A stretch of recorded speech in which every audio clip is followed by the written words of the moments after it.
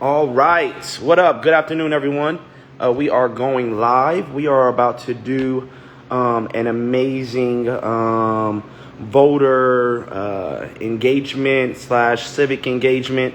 And so we are trying to get out the vote, let people know what's going on, and the importance of civic engagement. Shout out to everyone that is going to be joining us. By all means, share this with everyone. Please, please, please. I'm going to add some folks and we are going to get this up and running. There we go. Inviting folks. We're going to invite some folks. There we go. There we go. What's up, Darion? What's up? What's up? What's up? Yes, Hunter. sir. Hey, Awesome, awesome. I'm waiting on one more person. Give me a second. I love your background, Sharik. There we go. Hey, I didn't have a fancy background. I just got a window and some blinds. You know what I'm saying? I'm actually supposed to be this way. There we go. Okay. Even better. Get in the light. Step into the light. Step into the light. All right, you all. Give us a couple of seconds. While I'm waiting for them, Sharik, if you don't mind, introduce yourself, as well as Beyond. We'll do with some introductions. I just want to make sure that here we go. And those that are on live, please share with your friends. Let them know. Tag somebody. If they're a millennial or a Gen Zer, let them know. You know, we're live and we're about to talk about some stuff. I'm over here playing with these effects. Sorry. That's not what this is about. Can you guys hear me okay? Mm-hmm. Awesome. Well, I am Sharik LeMay. I am a producer here in Los Angeles, video content producer, currently in-house for Paramount, which is the Paramount here in Hollywood, as well as independently for my own boutique production company, LeMay Media. And I am a host, and I host a wonderful, wonderful platform called Yep with Christian, which is the Young Urban Professional. And yeah, I'm excited to talk to you guys. Exciting times we're in. Absolutely. Darion? What's up, everybody? Name's Darion Doris. I am a fourth year at Northridge studying business law. I also do music. I sing. I am a Christian artist trying to grow my platform, my content. So, shameless plug. If you want to check out some cool Christian music, some relevant music, you go to my page. But yeah, no. When Unc hit me and told me, he wanted me to be here, I was like, you got it. So I love the topic. So we're gonna have some fun. But that's a little about me. Awesome. Thank you so much, Darion. I know we have a couple people going to be joining us shortly. A little glimpse about myself, Christian Green. I'm the Policy and Civic Engagement Coordinator for Sanctuary of Hope LA. Shout out to all of our Sanctuary of Hope folks, especially to our Executive Director, Dr. Janet Kelly, and to all the people from Hawthorne to Compton to Antelope Valley. We are super excited about what God is bringing together for Sanctuary of Hope and all the activities, all the events, all that jazz. What I will like to highlight, though, is that we are specifically committed to racial equity and just trying to make sure that folks understand their purpose, understanding what values and what purpose comes alongside with that. A couple of things that we want to highlight is that as Sanctuary of Hope, young people will feel included and safe to bring their whole selves to Sanctuary of Hope. Young people will find a place of healing at Sanctuary of Hope through their traumas. Young people will see the power of their collective voice and use it to improve not only their own selves, but also those that are of others. And then also, this racial equity is a long journey at the end of the day. And we're committed to a culture of continuous learning that values humility, openness, vulnerability, and reflection. And so, yeah, let's go into today. So today's purpose is our vote, our voice. Barely reads, I see you on here. I just don't know how to add you. How do I add somebody? Did you follow us back? Can they request to be I added? believe. Request real quick. Nate, I think you can. Awesome. And while you're doing that, Sharik, can you explain why we're doing this real quick? Yes. So as you all know, we have some upcoming elections happening in November. And I believe, correct me if I'm wrong, October 24th is the last day to register to vote, or is it before that? I believe that's the last day. That is the last day to register to vote. So what that means is being able to have the ability to go to your local offices and vote, or if you wanted to mail in your ballot, which ballots are going to be going out, I believe, on the 12th. So yeah, so this is just a good time for us to engage with our community and all of our young folks, people who may have questions, people who may think that my vote doesn't really matter. We can have that conversation and just have dialogue and open it up and talk about it and try to open up what some of our issues and concerns are. Absolutely, absolutely. And so I guess we can go and proceed into the first question while we're trying to get some other folks involved. I'm sorry, y'all. Got to figure it all out.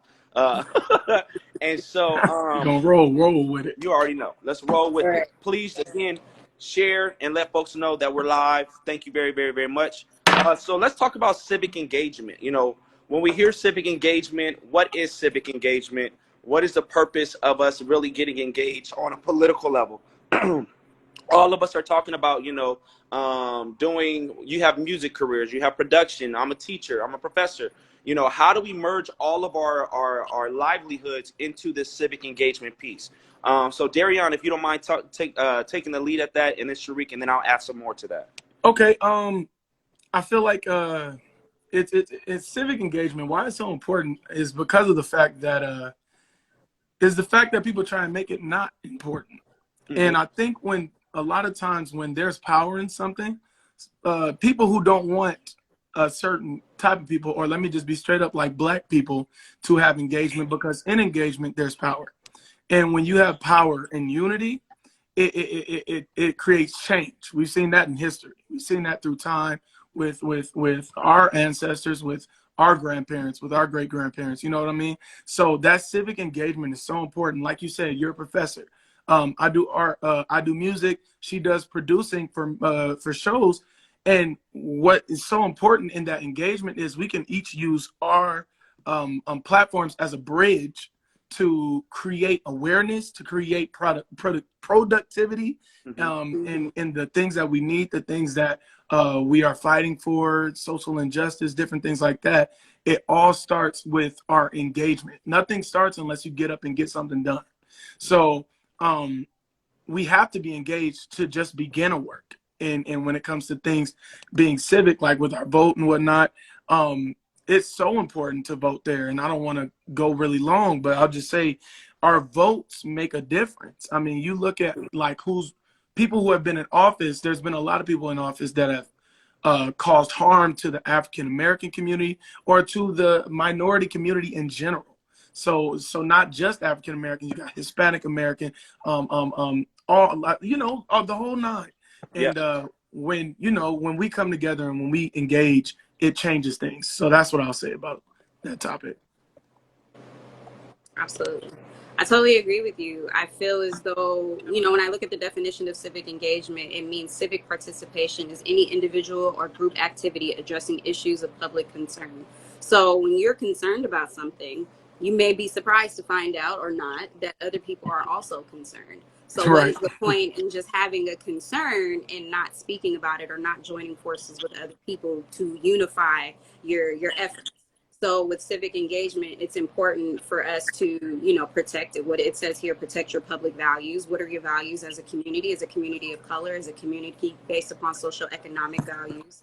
What does that mean for you and the people around you? If you care about your family and your neighbors, it makes more sense to join forces and actually engage. I'm about action. So it's not worth just sitting around and complaining about it. Like, put forth those concerns into making actionable items for all of you guys to really make a change. If you really want to change, sometimes you got to do the work.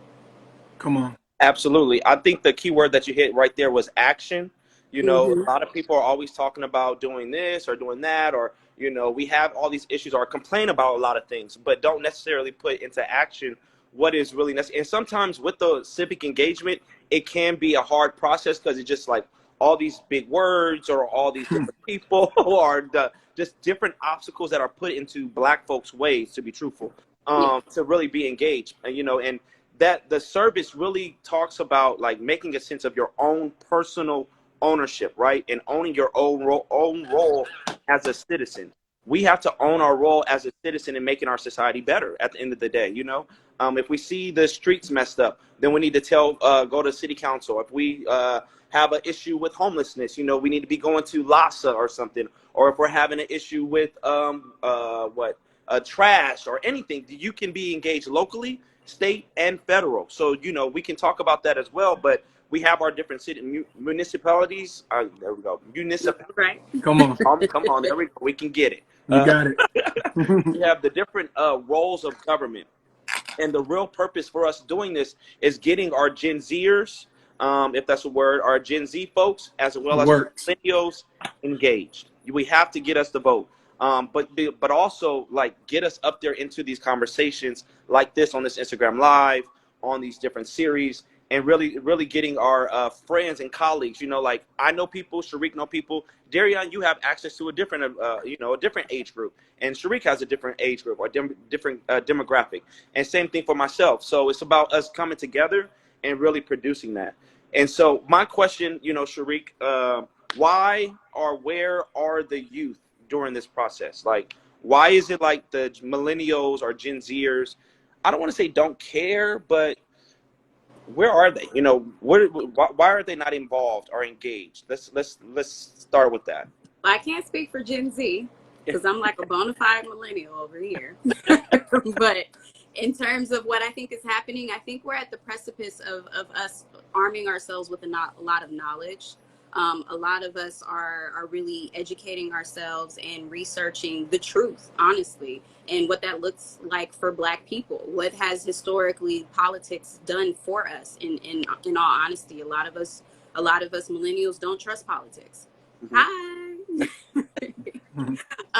We don't trust it. We don't trust politicians. We don't trust government because there's been so many wrongdoings done to our people from the beginning of time. This nation wouldn't exist without them walking on the backs of our people. And if you're educating yourself within that regard and you realize the system in many ways has not been set up for us to succeed at all by any means. So we live in quote unquote woke culture at this time.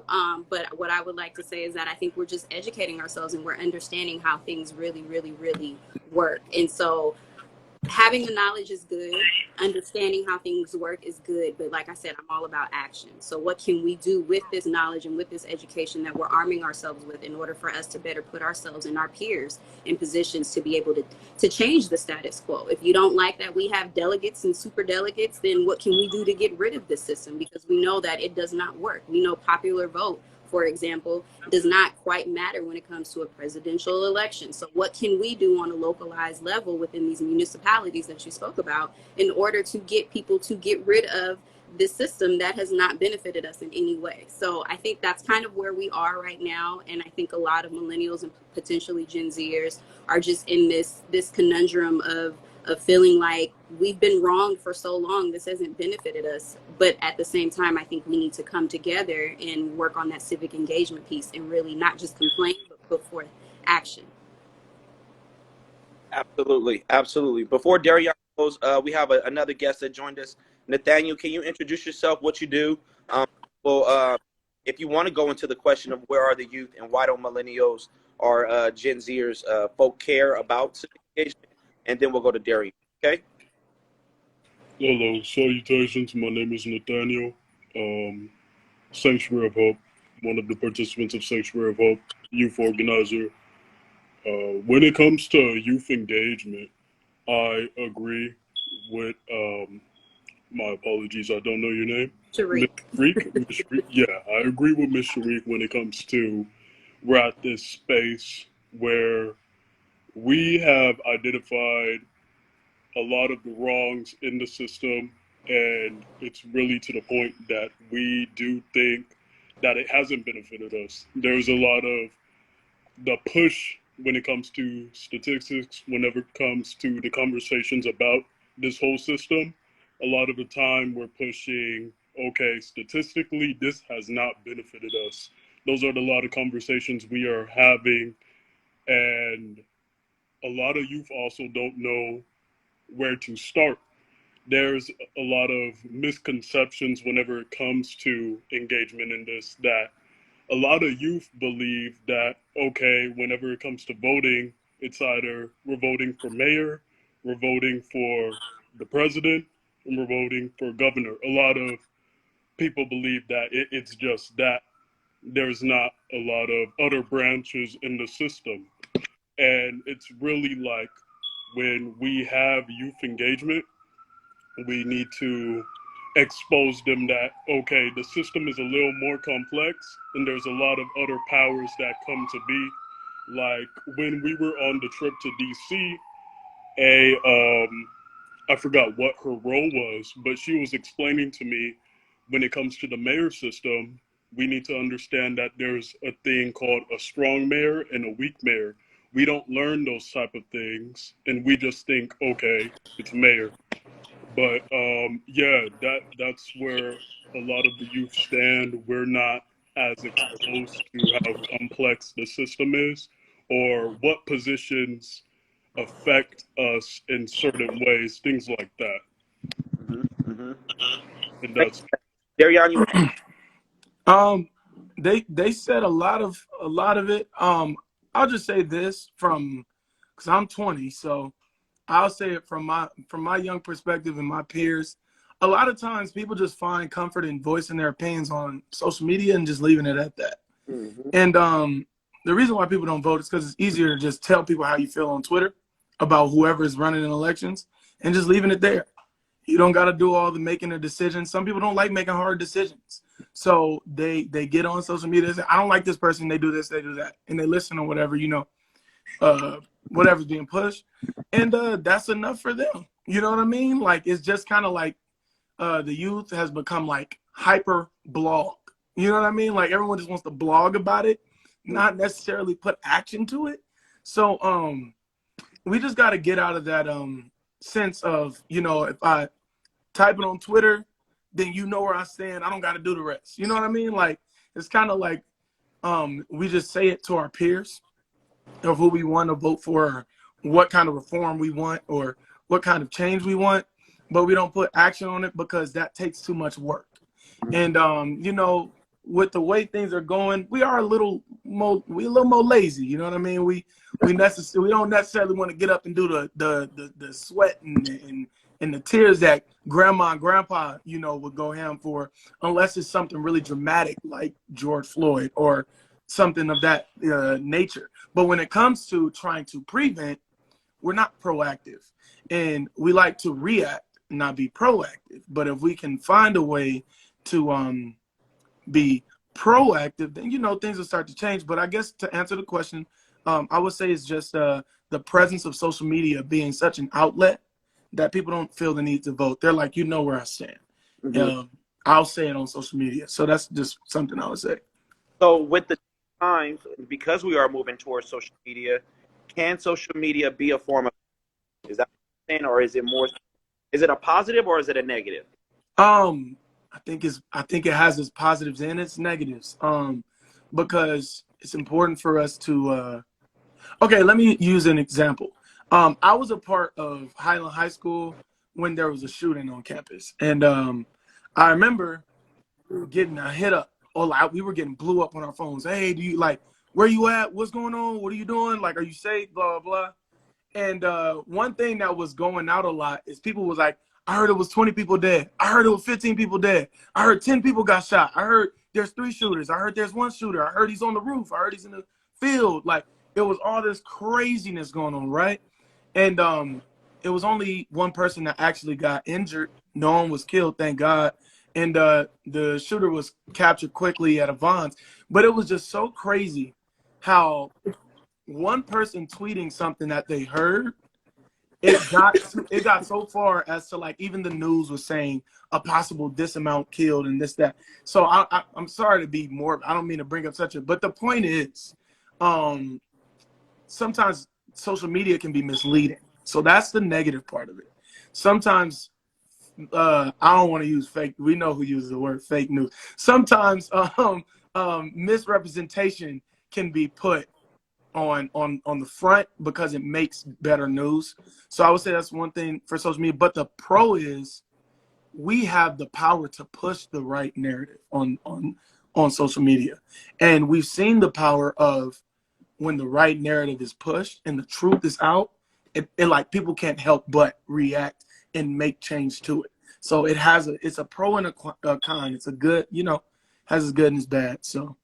Okay, I love that. Absolutely, it can be fake news if you're not doing the right research. Did other panelists want to add anything to that question or what, Darian? Well, I just wanted to call out two things that both of them kind of mentioned, and specifically as it is in regards to social media. And I want to ask: do we think social media is the cause, or do we think it's the symptom? Because I feel as though overall we are living in a society that is extremely desensitized. So we're looking for constant sensationalism and instant gratification. So that want for sensationalism and instant gratification, I believe, because I was around when Facebook was created back in the day, when MySpace, and y'all probably don't know about Black Planet, but we we didn't have these things, but it's our generation that created it because we had this desire. So it's interesting to hear you say that and to hear about that, because that's instantly, those are the words that pop into my head: sensationalism, instant gratification, because now it's not just social media, it's on the news. CNN is constantly breaking news, breaking news, breaking news. I don't watch Fox News. I don't watch a lot of these other news stations, but this is just extremely, a instant gratification type of society that we're living in today. And I think that that's the overall cause, but it could be, maybe it is social media that's pushing it even further. Someone just said something.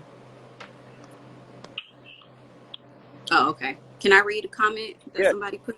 yeah. Kingpin says, I agree with Darian. We are in Twitter finger times for sure. A lot of complaining and no commitment to action.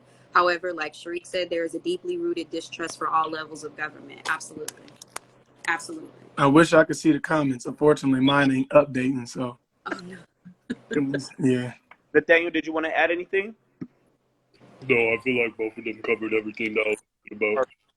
Perfect. And then, so when we think about civic engagement, voting and stuff, like, were you guys taught that in school? Were we? I remember world history and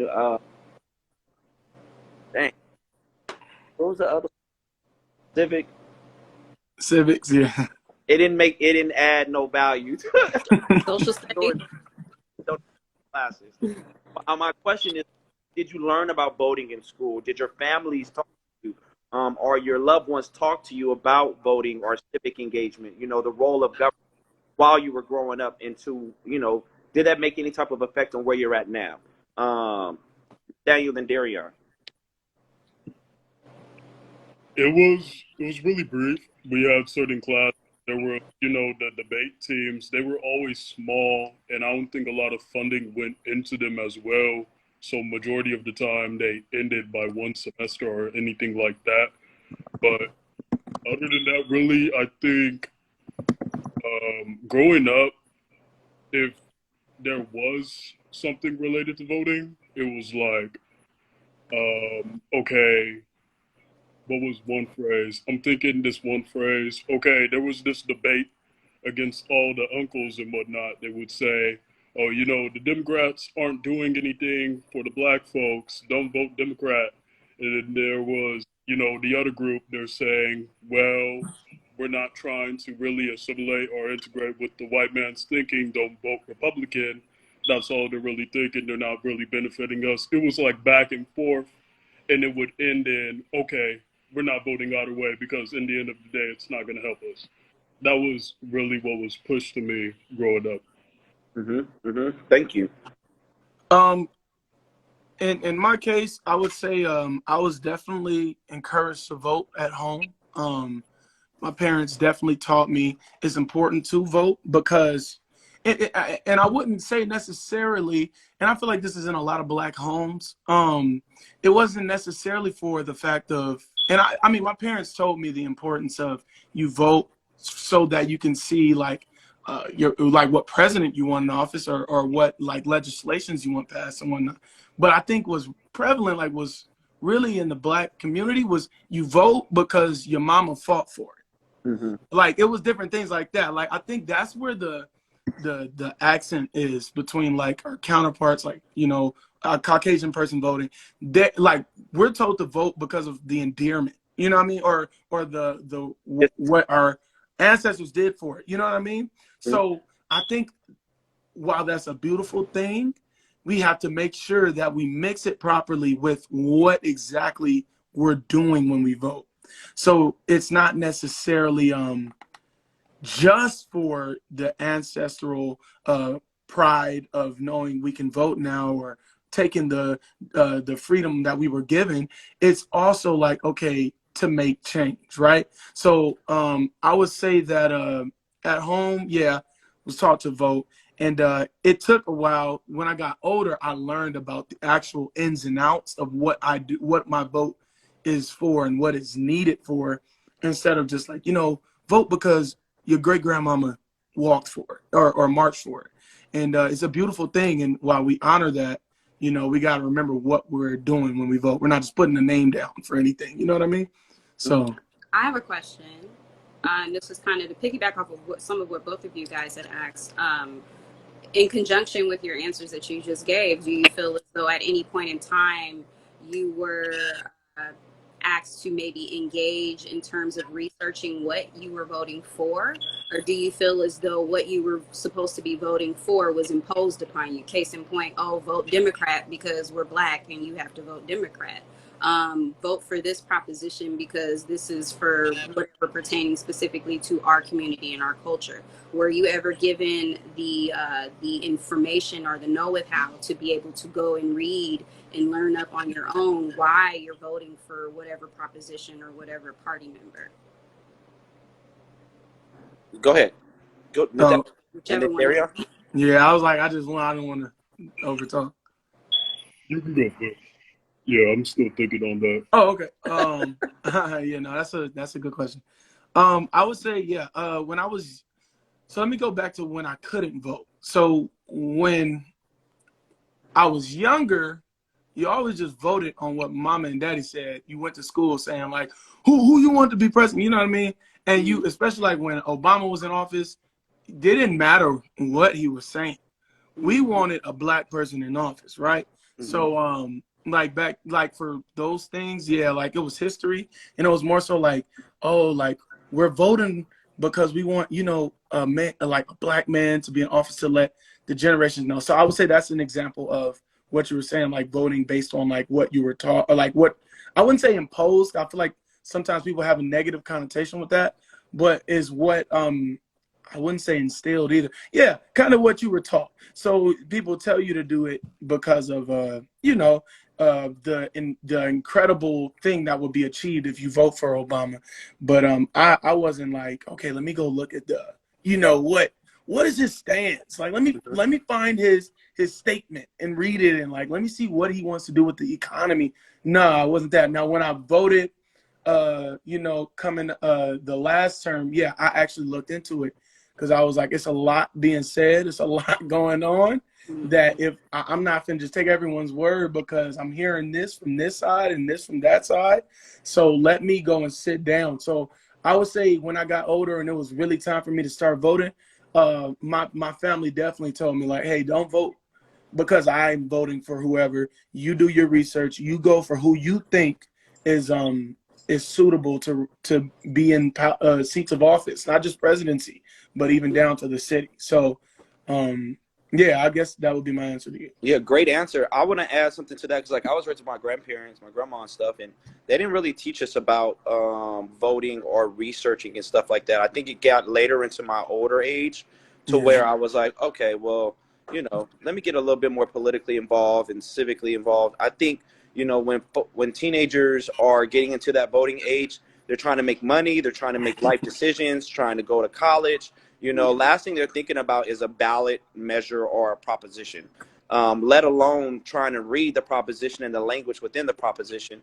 For those that are watching, we'll be doing ballot and propositions week 3.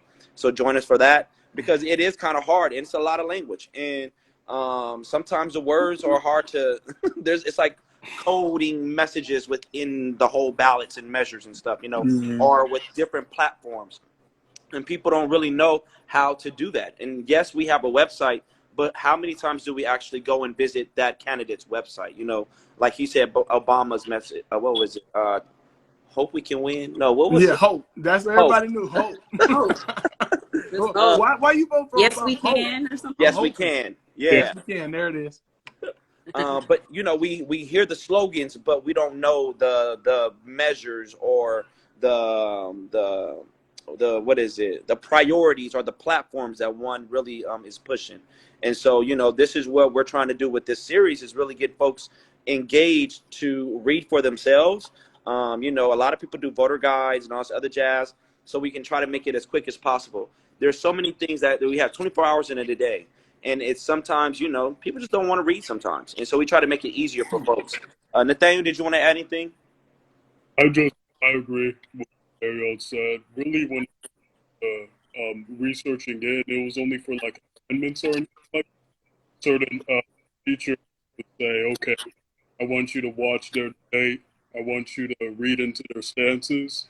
And other than that, I haven't really looked into majority. I would take a lot of the time whenever politics would mention, it would foster dad would mention politics or anything like that. But due to me like being in different homes, I would hear different views. So for a while, I was confused as to what Mhm. I should take because a lot of them, you know, contradict each other or things like. But when when 18, it was like all right, mix of different stances. I didn't know what to take, and but now I'm researching into and deciding. So And that's a good point right there, Nathaniel, about like growing up in different households. Just because your mama and daddy voted Democrat or voted Republican doesn't mean that you have to do that as well. You have to really pursue your own interests, and really what boils down to your priorities, you know, and your what aligns with your faith or your morals or your obligations to fix the world. Each one of us on this call has a purpose, and essentially, as you are learning your purpose, how does that or who does that align with as you're proceeding further? Sharik, did you have something to say? I had a question, Let's follow go. up question. So in regards to, you know, us arming ourselves with knowledge and education and reading up, you mentioned, you know, candidate statements that they put inside the ballot measure info sheets. Do you feel as though it's the candidate's responsibility to go out and engage with the youth?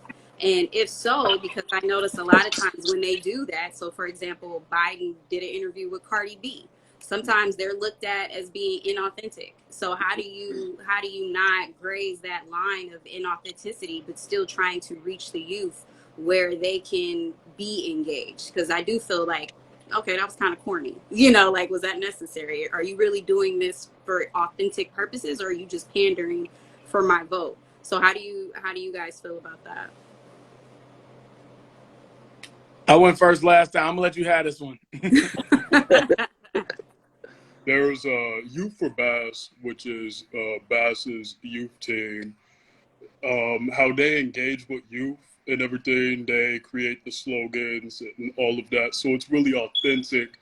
There was I forgot who pitched an idea, but when they pitched it initially, it sounded so corny, and we all just laughed. Like youth wouldn't say that, Mm-hmm. and that's why I'm agreeing with what you said. Whenever they have these appearances with these pop celebrities and whatnot, it's like it's inauthentic. But whenever they have these youth teams, the youth know how the youth think, and they can engage in youth in a way better way because the youth for Bass, they have their own, they're using different social medias, different forms of communication that youth do use, and it's Mm-hmm. really that peer-to-peer type of assessment. And I feel like more candidates should put more time into developing youth teams, and that's the best type of youth engagement. Love I that. like that. That's good. That's good. Yeah, that's a great way. I think it's just making sure they stay connected to what's going on.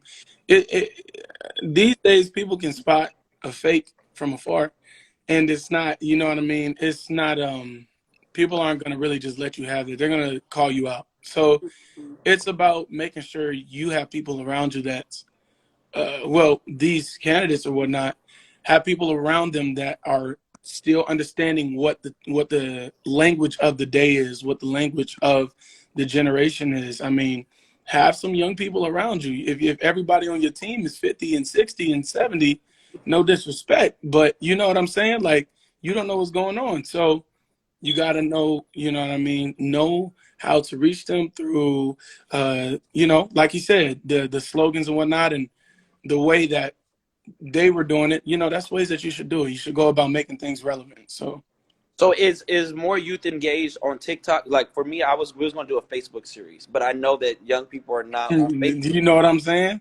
You know what So I'm we got to know the platform of saying? where people, and even Instagram, right? So is Instagram like not popping like it used to be versus TikTok, or is it like some compatibility or overlap? You said what? Twitch. Oh yeah. Oh, that's right. I forgot about that. Live streaming. Yeah. Yeah. Okay. Okay. So y'all know about Switch or Yeah. Twitch? What is it called? But yeah, it's a platform used for people live streaming. So Okay. Okay. So that's something to consider in the future as well. So we have to understand like where young voters are, how to get them engaged. So understanding the social media outlets as well. Got you. Got you. Sharik, you got another question? I guess we can go over to our follow-up question. Why do you or do you not feel as though your votes matter? Why uh, does our vote matter, and why does it, or why is it, or why doesn't it matter? Is that what you said? If you believe your vote matters, why? Okay. Or why Got you. not? I'm gonna speak on both sides because that's just how my mind is. It's on both sides kind of. Sometimes I feel like it counts, sometimes I don't. If you look at things statistically, it's like, I mean, when you see, okay, so you got young people that look at big numbers. You see a couple million. You're not. I mean, think about it like this: if you go into the kitchen and you see it's a really dirty kitchen, and there's 10 people in there washing it, a young person's mind is gonna be like, "Oh, they got enough." You know what I mean? I don't have to help. You know what I mean? They got more than enough hands, but they don't understand. You know, you being there will make all the difference of you being there. Mm-hmm. So, I mean, it's just the whole thing of like when people see numbers on the news, like this many people, like this couple million people are voting. I think they need to learn to break it down to the small community that they're in. How many people are voting in my circle?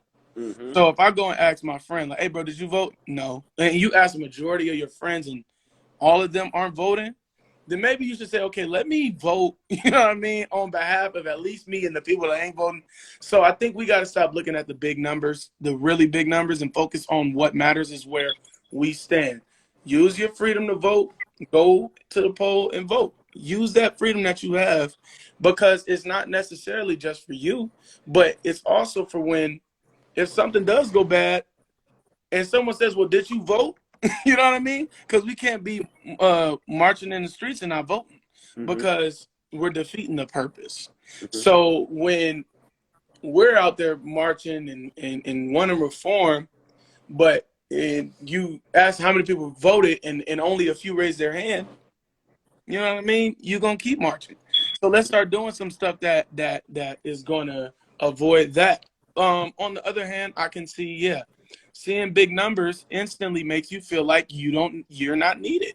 Mm-hmm. You know what I mean? When you see this many million people voted, or you look at the people's vote and it's a 7-digit number, 8-digit number, you know what I mean? You're like, man, this one little vote, I'm not finna do all this registering, signing up, all this for that. But That's it's real. just understanding the bigger picture. It's with yourself. And when you see injustice happen, will you be able to say, I'm doing my part, or will you be like, well, I didn't vote, so I can't be too mad? You know what I mean? So I kind of it's both sides that I guess I can see. So hope Love. that Do you think makes that sense. do you think your answer changes in regards to me feeling like a little number if you were more educated about whatever it is that's on the ballot, if you felt as though it related to you more, if it was Yeah. really just knowledge that you were equipped with, right? You feel as though, okay, this really affects me, so let me go and do something about it, versus you see Yeah. all these ballots and all these measures. For example, there's a proposition right now about Indian gaming. I'm sure a lot of us don't know, how does that relate to me, and Yeah. therefore, do I really need to go vote on that? Because I don't identify with that. A lot of us feel that way. So Mm. do you think that having that education would further push you into feeling as though your vote matters? Uh, I think it'll. Some people may still feel like it doesn't matter, but I'll say this: it'll make your vote make sense. That's good. I'll say that it'll make your vote make sense. So it'll give you a reason to vote. So it's not necessarily you're voting because you feel like your vote is going to be the shift that changes the narrative. Which it can be. It Uh, can. it can be, and I don't want to act like that's not the truth. But I'll say when you know why you're voting, it gives a better reasoning. You know what I mean? Like they talk about how, like, the voting, it went up drastically when people were trying to get Donald Trump out of office. Well, people had a reason to vote at that point. You know what I mean? When you give people a reason to vote, they'll go vote. So that's all it is. Yeah. So research, yes, in that case, yes, research does help with giving people a reason to vote. So. Excellent answer, Nathaniel. Yeah, I agree with Darion, especially when it came to you being the representative with circle and whatnot. That's definitely why I believe my vote matters. That representation, being in that circle on a large scale, just having my voice out there as someone to inspire anyone within my circle, like, hey, I'm voting, maybe they'll get involved as well. That's why I believe the vote matters, just having my voice within that group. I didn't believe my vote mattered for a while was because of hearing a lot of the scandals that was happening with the ballots, seeing how much effort they were making to that people like us couldn't vote. Hearing those things was really discouraging. Like, hey, they're really going that much out of their way to make sure that our votes don't reach the office, things like that. But that soon became a drive for me to want to vote as well. Mm-hmm. Understanding your why, definitely. Our voting really, it may not directly elect the president, but if your vote joins enough others in your voting district or county, kind of like what Darion was saying, the numbers, and essentially those smaller numbers add up. And those people, like, I know a good 50 people that I can call, say, hey, have you voted, right? And you bring 50, you bring 50. That's 200 votes right there just on this call alone that can either make or break somebody's campaign or whatnot, their results, And so we have to be very conscious of why we're voting. Yes, there is a historical aspect to it. We know that our ancestors was denied the right to vote. Thank God for the 15th Amendment. And then also going into the Voting Rights Act of 1965. Thank God for that. But now we also have to figure out in 2022, why are we voting?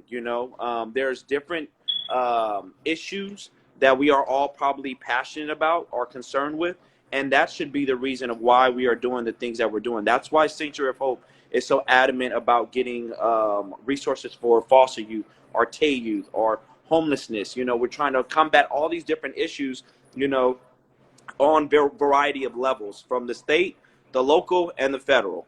And so we also just got to realize that us together collectively as young folks, millennials, Gen Zers, professionals, young urban professionals, we have the power to influence that next person. We can call somebody tomorrow or today, and talk to them about voting. And yes, it may annoy folks, but oh well, I may get on your nerves. Oh well, you have to get out there and do something about it. And if you're really, really passionate, I love the fact that Sharik said that, like, we always talking about stuff, like, put some action behind those words. We can complain all day. I can probably uh, critique the smallest paint chip on the wall. I know how to do that. But how do I paint the wall? How do I get some other paint and All right. remodel it? That's Like, good. You know, it's just like we gotta add something to it. Okay, so let me shut up. Sharik, let's wrap it up. Let's give up some Well, lasting, before I guess. Last. Go ahead. Well, I did want to ask them this just as one question because I don't think we really got that piece. Is there anything in particular that the two of you are really passionate about? Like, what is your passion when it comes to what's going to I get like your that. vote, or what measures do you think relate to you the most, and why your vote really matters towards that particular issue? You could go, brother. I'll let you take that one real first.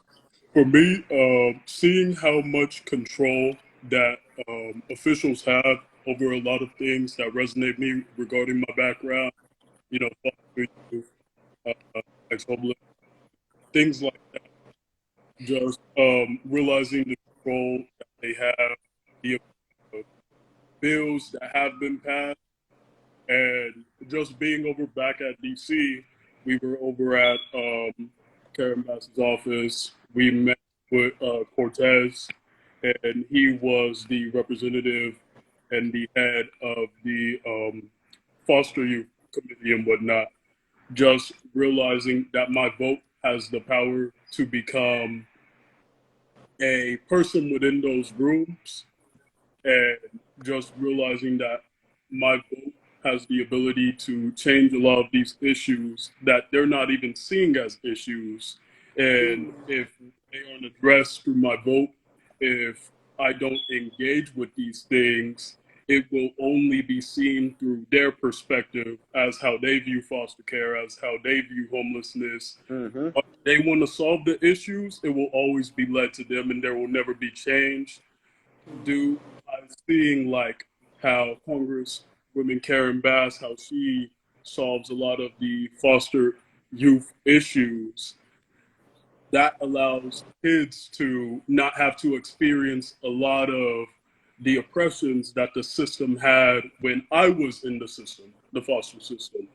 That was all due to people that have experience in the foster system putting in their vote and bringing someone into office that actually wants to make change.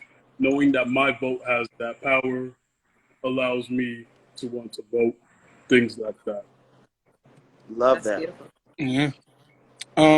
I would say something I'm passionate about. I just don't like poor allocation of money. So I don't like when people are putting money into things that just don't matter, or things that are like not going to help everyone. So like, you know what I'm saying? Like you said, like foster youth, different things like that, helping the homeless, different things like that. That's stuff where we should be putting our money for. Like, I mean, if you look at stuff like Flint, Michigan, struggling with water, and then you got Jackson State, they were talking about how they didn't have water for a while. Like, I feel like people in seats of power have to learn to not just allocate money to bring more money and raise the net income of cities, but to help the well-being of people. So Mm-hmm. that's something that helped. Like I like to put my vote in for stuff like that. So when things like that happen, when people complain, or when people or I feel like it gives me a right to say something because hey, I voted. So now I'm gonna stand on what I voted for. So this is what is not the this is what the problem. This is where we need to pick it up at. So I feel like that gives me a little more freedom to speak up when I say, "Well, I voted." You know what I mean? So that's also a passion of mine. So yeah, Love that. Absolutely love that. You know, we have to realize that there are many issues amongst each other, and the well-being it should be number one. It's figuring out how do we make America better, greater, and on an individual level as well as a collective level. And so I applaud you two for being on this call. Sharik, I applaud you for being on this call. This is just the first of many series. You know, we're learning, we're growing, we're trying to get Gen Zers involved, millennials involved, and just really have some real conversations of why people don't want to vote, why they should vote, the history of voting. Next week, we're going to be dealing with millennials and Gen Zers and breaking down some more information on that. So for those that are watching, please get ready because every Monday this month is all about civic engagement. If you do not know where to register to vote, you can go to lavote.gov You can check on your register to vote online, and you can check your voter registration status. You may register to vote in LA County by itself if you are a citizen of the United States, at least 18 years of age or older before Election Day, and not found mentally incompetent by a court of law.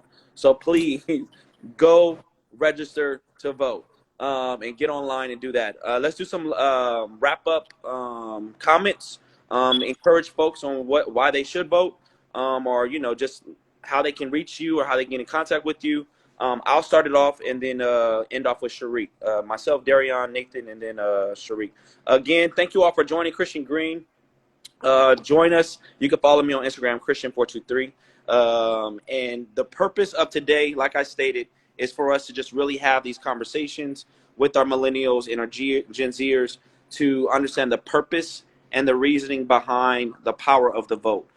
This is our vote, our vote, our voice, our vote. Forgive me, our voice, our vote. We have to realize our collective vote. Our collective voice and our collective vote really, really can bring tangible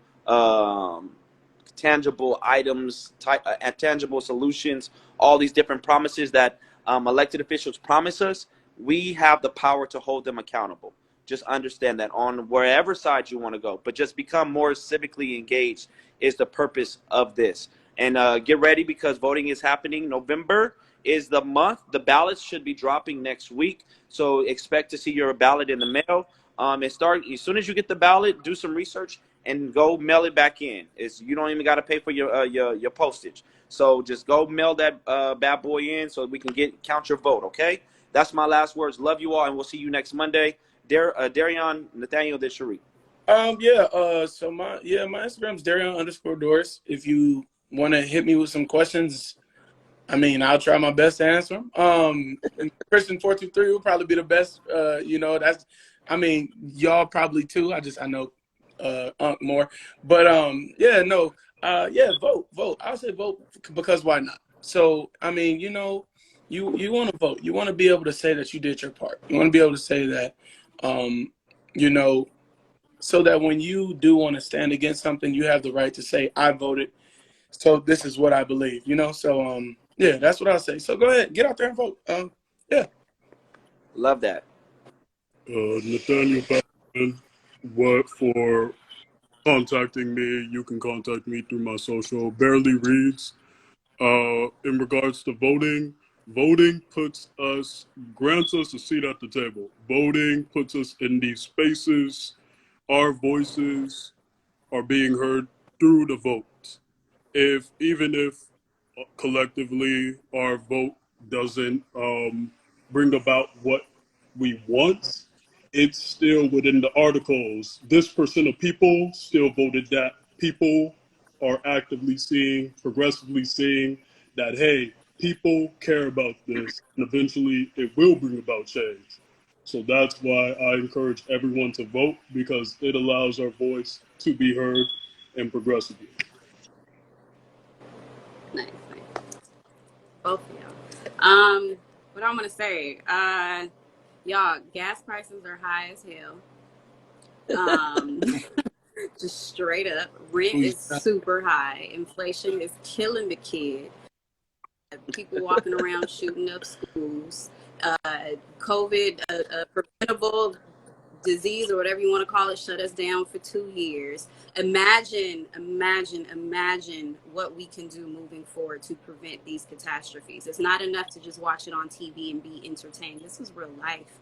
These are things that are actually happening. People are dying. People are struggling. People are displaced. And there's something that we can do about it. Whether you believe it or not, it's not enough to just say my vote doesn't matter without you actually doing the work to research it and know that for a fact. And at least arm yourself with the education that you would need and do something about it. It's not enough. I'm about that action. My black girl came out.